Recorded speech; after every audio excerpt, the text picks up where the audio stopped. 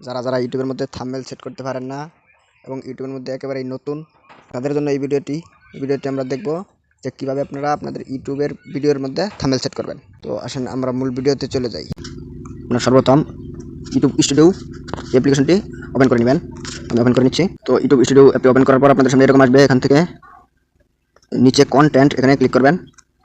এখানে ক্লিক করার পর আপনি যতগুলো ভিডিও আপলোড করছেন সবগুলো এখানে দেখাবে।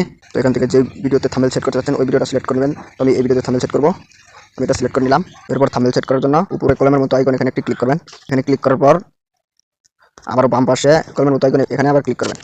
এরপর আপনাদের সামনে এরকম ইন্টারফেস আসবে। এরপর এখান থেকে চেঞ্জ এখানে নিচে চেঞ্জ এখানে একটি ক্লিক করে দেবেন।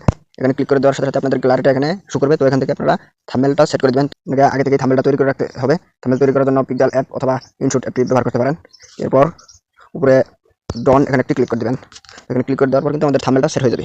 এরপর আপনারা নিচে এখানে টাইটেল দিতে পারবেন, এরপর ডিসক্রিপশন, এরপর আপনারা সেভ এখানে একটি ক্লিক করে দেবেন। তো এই ছিল আজকের ভিডিওটি দেখে যদি একটু উপকার হয়ে থাকে তাহলে অবশ্যই আমাদের সাথে থাকবেন। ধন্যবাদ।